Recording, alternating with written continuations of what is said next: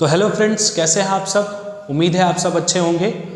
और जैसा कि आप लोग जानते हैं कि विगत 26 अप्रैल से कल या आज के पेपर में आया कि 26 अप्रैल से जो है सीबीएसई के बोर्ड एग्ज़ाम्स स्टार्ट होने वाले हैं। तो बहुत सारे बच्चों ने मुझे रिक्वेस्ट किया था, स्पेशली क्लास 10th के बैच ने, कि सर जो हमारा आवर इन्वायरमेंट चैप्टर है ये बहुत ऐसा लगता है कि बहुत बोरिंग सा चैप्टर है और इसमें हम लोगों के कुछ डाउट्स जो हैं वो हैं और कुछ चीज़ें ऐसी हैं, कुछ टॉपिक्स ऐसे हैं जो हम लोगों को नहीं समझ में आए हैं। तो प्लीज़ आप इस चैप्टर को एक बार फिर से समझाएं, हमें फिर से बताएं।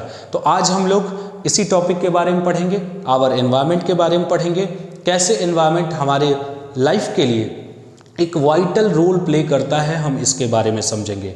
कौन कौन से ऐसे फैक्टर्स हैं जो हमारी लाइफ को इस अर्थ पे पॉसिबल बनाती हैं, कौन कौन सी ऐसी चीज़ें हैं जो डायरेक्टली या इनडायरेक्टली हमारे लाइफ को इफ़ेक्ट करती हैं। आज हम इस चैप्टर में उन सभी चीज़ों के बारे में जानेंगे।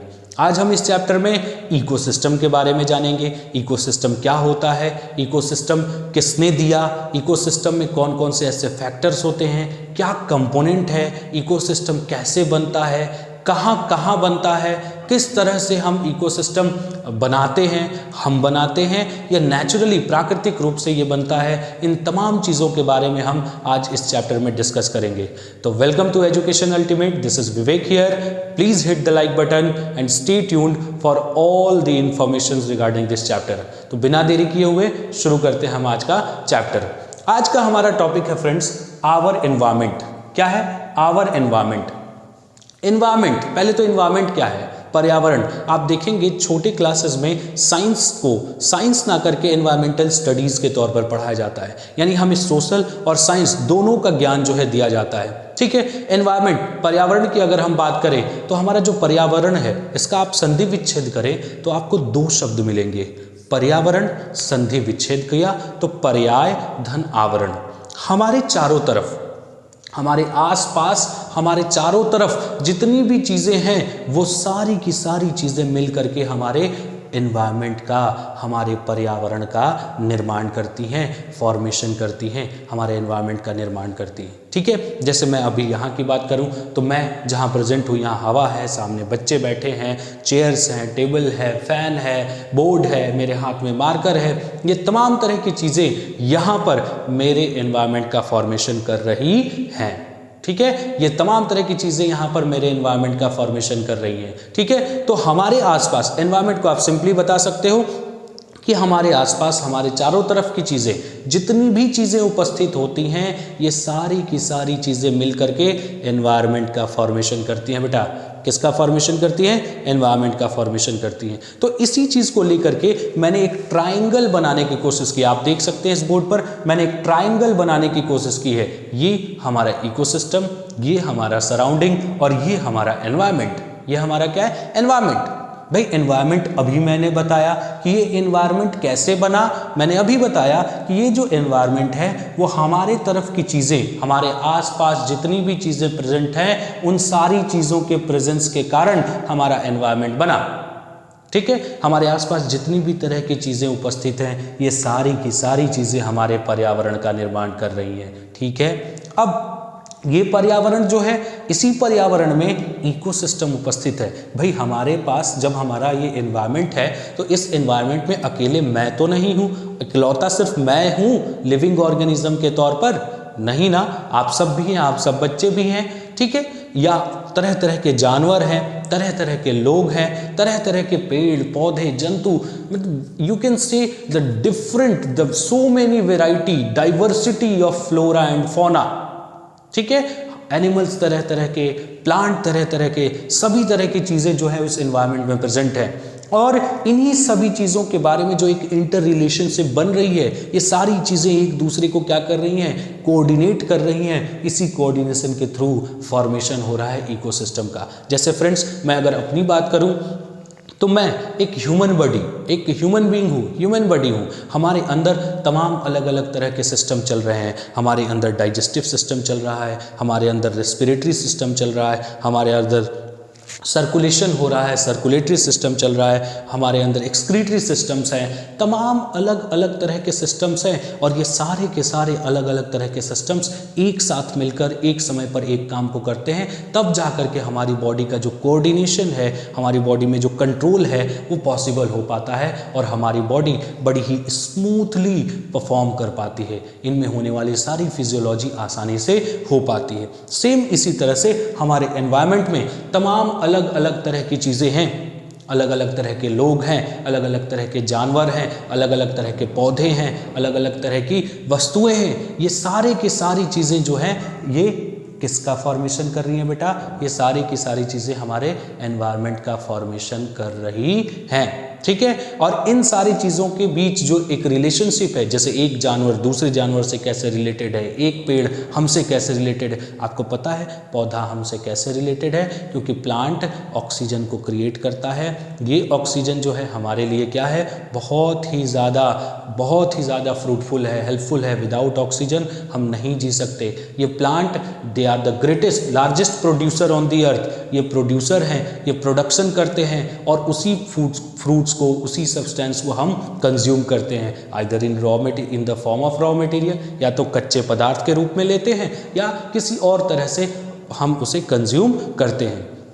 तो ये सारी की सारी चीज़ें क्या कर रही हैं बेटा? एनवायरनमेंट का फॉर्मेशन कर रही हैं। और इन चीज़ों के बीच, इन अलग अलग ऑर्गेनिजम्स के बीच जो इनका इंटर रिलेशन है, इसी इंटर रिलेशन को हम लोग क्या कहते हैं बेटा? इकोसिस्टम कहते हैं। क्या कहते हैं? इकोसिस्टम कहते हैं। अब अगर हम बात करें इकोसिस्टम की, तो इकोसिस्टम के जो कंपोनेंट्स है, कौन कौन सी चीज़ें इकोसिस्टम का फॉर्मेशन कर रही हैं? तो इकोसिस्टम के बेसिकली दो कंपोनेंट है।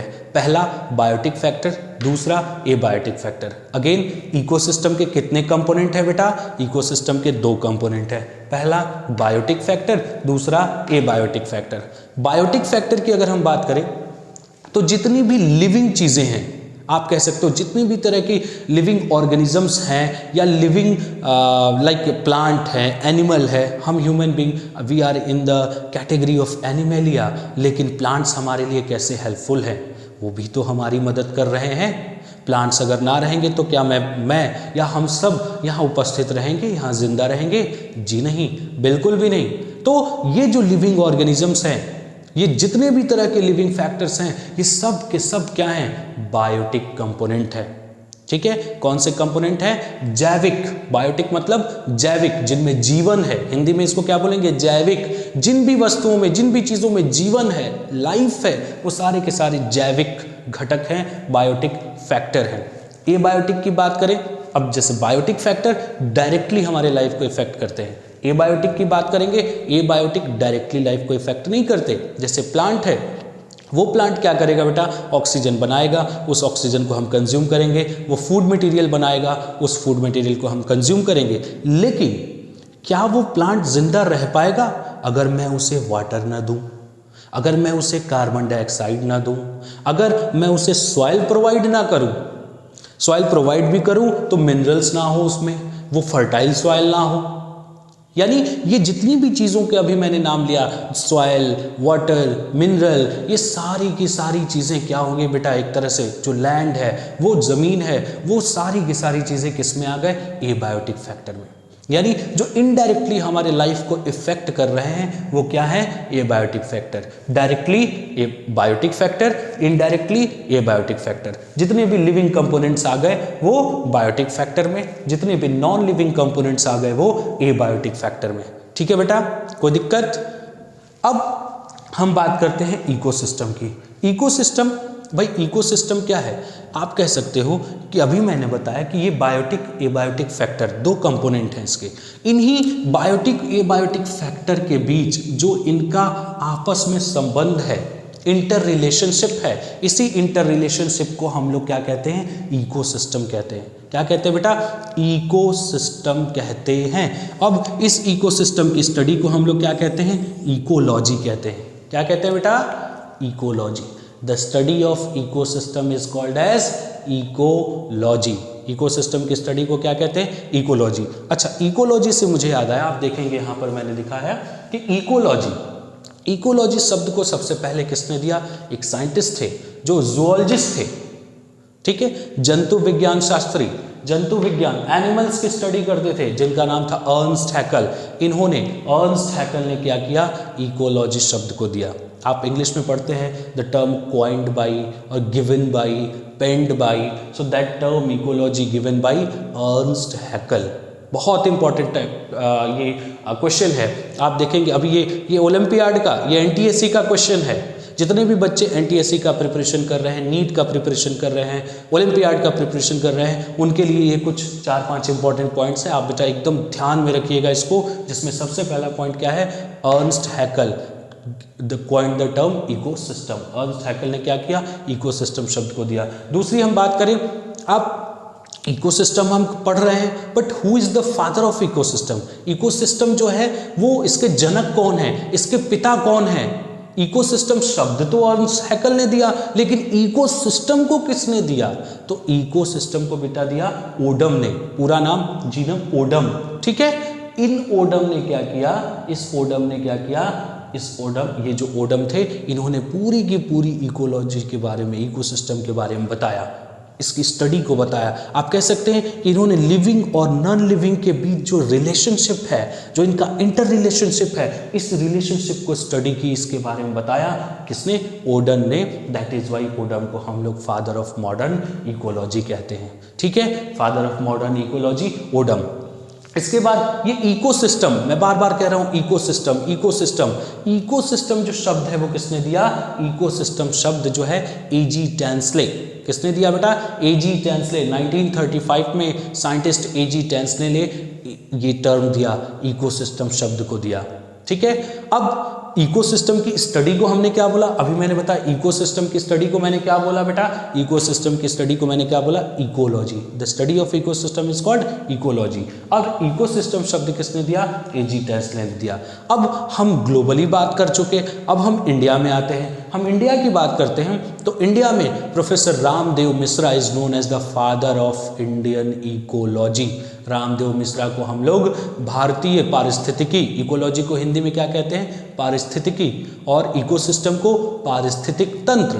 तो पारिस्थितिक तंत्र, पारिस्थितिकी, भारतीय पारिस्थितिकी का फादर ऑफ इंडियन इकोलॉजी का, फादर ऑफ इंडियन इकोलॉजी कहा जाता है किसको, प्रोफेसर रामदेव मिश्रा को, ठीक है बेटा, याद रखना।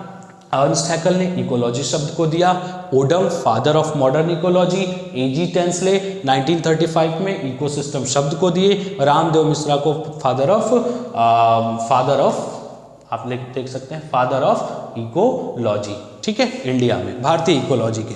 अब हम बात करते हैं इकोसिस्टम की। ये इकोसिस्टम क्या है बेटा, इकोसिस्टम की अगर हम बात करते हैं तो इकोसिस्टम जो है वो अभी मैंने बताया कि इकोसिस्टम क्या है, living non living, living non living, biotic abiotic components के बीच में जो रिलेशनशिप है, जो इनका संबंध है, आपसी संबंध है, इसी को हम लोग इकोसिस्टम कहते हैं। यही हमारे इकोसिस्टम का डेवलपमेंट करती है। वो कैसे एक दूसरे से रिलेटेड है, किस तरह की मदद कर रहे हैं, ये इकोसिस्टम है, इसी की स्टडी इकोलॉजी कहलाती है। अब इकोसिस्टम दो पार्ट में इसको बांटा गया। आप कह सकते हैं इकोसिस्टम दो तरह का होता है।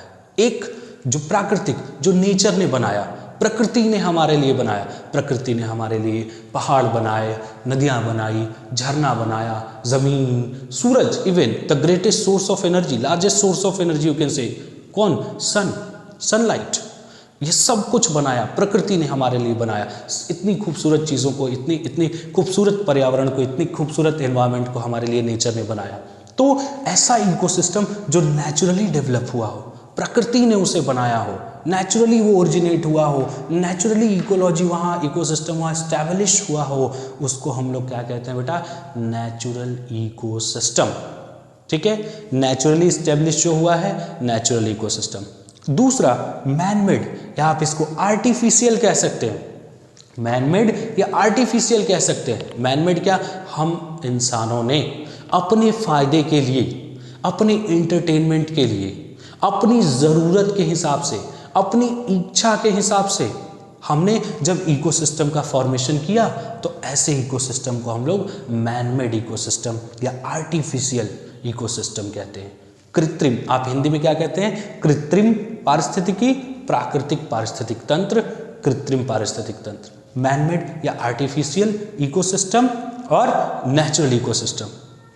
अब मैनमेड इकोसिस्टम कैसे आप कहेंगे बेटा? मैनमेड ज़मीन, अब जैसे हम मानवों ने क्या किया, हम देखते हैं तमाम तरह की, आप किसी के घर जाते होंगे तो देखते होंगे वहाँ पे बड़ा ही सुंदर सा एक शीशे का जार होता है, वहाँ पर उसमें कई तरह की रंग बिरंगी मछलियाँ जो हैं इधर से उधर घूमती नज़र आती हैं, और जब आप उनको देखेंगे तो आपको बहुत ही ज़्यादा एक हैप्पीनेस जो है, एक सेटिस्फैक्शन जो है, आप कह सकते हैं एक मेंटल पीस जो है वो आपको मिलेगी। ठीक है, तो आप देखेंगे वो उसको बेसिकली कहते क्या है, हम लोग उसको कहते हैं एक्वेरियम है। ठीक है, हम तमाम तरह की मछलियों को देखा, मछली कहाँ रहती है भाई? समुद्र में, पानी में। ठीक है, हमने उन मछलियों को जो हमें अच्छी लग रही थी उनको वहाँ से उठाया और अपने घर के अंदर एक शीशे का ऐसा एनवायरनमेंट बनाया जहाँ पे वो मछलियाँ रह सके। उसको हम लोगों ने क्या नाम दिया बेटा? उसको हम लोगों ने नाम दिया क्या? एक्वेरियम। उसको क्या बोला? एक्वेरियम। यानी हम अपनी ज़रूरत के हिसाब से, अपने एंटरटेनमेंट के बेसिस पर हमने एक तरह का नया इकोसिस्टम डेवलप कर दिया जिसको हमने क्या बोला? मैनमेड इकोसिस्टम बोला। ठीक है, अब एक चीज़ और, जैसे हम आदि मानव, बहुत समय पहले हम क्या थे? आदि मानव थे। ठीक है, धीरे धीरे हमारे अंदर सोचने समझने की क्षमता बढ़ती गई। ठीक है, आज के डेट में भी इवन हमें अगर भूख लगती है तो हमें क्या खाना होता है बेटा? हमें अनाज खाना होता है। उस अनाज को खाने के लिए हम क्या करते हैं? हम उसका कल्टीवेशन करते हैं, उसको ग्रो कराते हैं, क्रॉपिंग करते हैं, यानी हम अलग अलग तरह के क्रॉप्स जो है अपने एग्रीकल्चरल फील्ड में क्या करते हैं? लगाते हैं। ठीक है, तो जब हमने किसी भी तरह के क्रॉप को लगाया या हम किसी भी तरह के सीड को हमने ज़मीन में, एक बीज को हमने बो दिया, वो धीरे धीरे फेवरेबल कंडीशंस में जो उसके डेवलपमेंट के लिए हेल्पफुल फैक्टर्स हैं उनका यूटिलाइजेशन करके, लाइक जो सॉइल है, जो एयर है, जो ऑक्सीजन प्रेजेंट है सॉइल में, जो वाटर प्रेजेंट है, उनका एब्जॉर्प्शन करके धीरे धीरे वो सीडलिंग में कन्वर्ट होता है। वो सीडलिंग बाद में फाइनली एक क्रॉप प्लांट में डेवलप हो जाता है। उस क्रॉप प्लांट में कई तमाम तरह के अलग अलग इंसेक्ट्स आ जाते हैं जो उनकी पत्तियों को खाते हैं। ठीक है, उनका भोजन उस क्रॉप की पत्तियां होती हैं, वो वहाँ पे आ जाते हैं। मिट्टी में जो है इतने तरह के आप कह सकते हैं न्यूट्रिएंट्स के प्रेजेंस होने की वजह से तमाम तरह के छोटे मोटे इंसेक्ट जो है वहाँ पे आ जाते हैं। तो ये वहाँ पर जैसे ही हमने क्रॉप लगाया, एक बंजर भूमि थी पहले, वहाँ पर हमने क्रॉप लगाया, वहाँ पर धीरे धीरे करके एक पूरा का पूरा इकोसिस्टम का डेवलपमेंट हो गया। ठीक है बेटा, समझ गए? Artificial ecosystem. अब हम बात करते हैं किसकी? नेचुरल इकोसिस्टम की, जिसको प्रकृति ने बनाया, जो अपने आप बना है, अपने आप स्टैब्लिश हुआ है। वो क्या है बेटा? Natural ecosystem. अब नेचुरल इकोसिस्टम की अगर हम बात करें तो इसको दो पार्ट में क्लासिफाई किया गया है। कौन कौन सा बेटा? पहला क्या है? एक्वेटिक। कौन है बेटा? एक्वेटिक। एक्वेटिक मतलब जलीय, जल में रहने वाले जानवर। दूसरा क्या है बेटा? टेरेस्ट्रियल। टेरेस्ट्रियल का मतलब जमीन पर रहने वाले जानवर। ठीक है, अब देखो प्रकृति ने इतनी खूबसूरत चीज़ें बनाई, हमने अभी क्या बताया? प्रकृति ने पहाड़ बनाए, नदियाँ बनाई, झरना बनाया, ये समुद्र बनाए, ये ठीक है, ये तमाम तरह की चीज़ें बनाई। लेकिन हमारी बहुत सारी ऐसी एक्टिविटीज़ हैं जो इस अर्थ के नेचुरल एनवायरनमेंट को पॉल्यूट कर रही हैं बेटा। हमें उसको कंट्रोल करने की ज़रूरत है। लाइक हमारी जितनी भी डेली एक्टिविटीज़ हैं, डे टू डे एक्टिविटीज़ हैं, उसमें हम तमाम तरह के वेस्ट मटेरियल का प्रोडक्शन करते हैं। और वो सारे वेस्ट मटेरियल अगर मैं उनको देखूं तो वो सारे के सारे वेस्ट मटेरियल जो है कहीं ना कहीं इस पूरे एनवायरनमेंट को, इस अर्थ को क्या कर रही हैं? पॉल्यूट कर रही हैं। जितने भी तरह के वेस्ट प्रोड्यूस होते हैं, अगर बेसिकली हम उनको बोलें तो हम उन्हें दो पार्ट में क्लासिफाई कर सकते हैं बेटा। कितने पार्ट में? दो पार्ट में। पहला मैं बोल दूं आपको क्या? बायोडिग्रेडेबल। ठीक है, बायोडिग्रेडेबल। ठीक है, बायोडिग्रेडेबल का मतलब ऐसे जो भी वेस्ट जो हमारे द्वारा प्रोड्यूस तो हो रहे हैं लेकिन वो आसानी से डिकम्पोज हो जा रहे हैं, वो आसानी से मिट्टी में मिला दिए जा रहे हैं, न्यूट्रिएंट के फॉर्म में वो सॉइल में रीस्टैब्लिश हो जा रहे हैं। वो ऐसे वेस्ट क्या कहलाते हैं बेटा? बायोडिग्रेडेबल वेस्ट कहलाते हैं। हम नॉन बायोडिग्रेडेबल की बात करते हैं, ऐसे वेस्ट मटेरियल्स जो कि जिनका डीकम्पोजिशन, जिनका ब्रेक डाउन, उनको सिंपलर फॉर्म में जो बदलने की क्रिया है वो कंप्लीटली नहीं हो पाती है। डीकम्पोजर्स उनको उनके सिंपलर फॉर्म में उनका ब्रेक डाउन नहीं कर पाते हैं। ऐसे वेस्ट मटेरियल नॉन बायोडिग्रेडेबल कहलाते हैं। और ये सारे के सारे non biodegradable waste like plastic like radio active substances, like electrical appliances, ये सारी की सारी चीज़ें जो है बेटा नॉन बायोडिग्रेडेबल वेस्टेज में आती हैं। और ये नॉन बायोडिग्रेडेबल जो वेस्ट है ये बेटा क्या करता है, धीरे धीरे, जैसे मैं प्लास्टिक बोला, अब ये प्लास्टिक को आप बोलोगे तो ये प्लास्टिक क्या है, एक तरह का नॉन बायोडिग्रेडेबल वेस्ट है। हम प्लास्टिक को, हम आज के दिन में, हम इस मॉडर्न लाइफ में प्लास्टिक के बिना अपनी लाइफ को सोच नहीं सकते।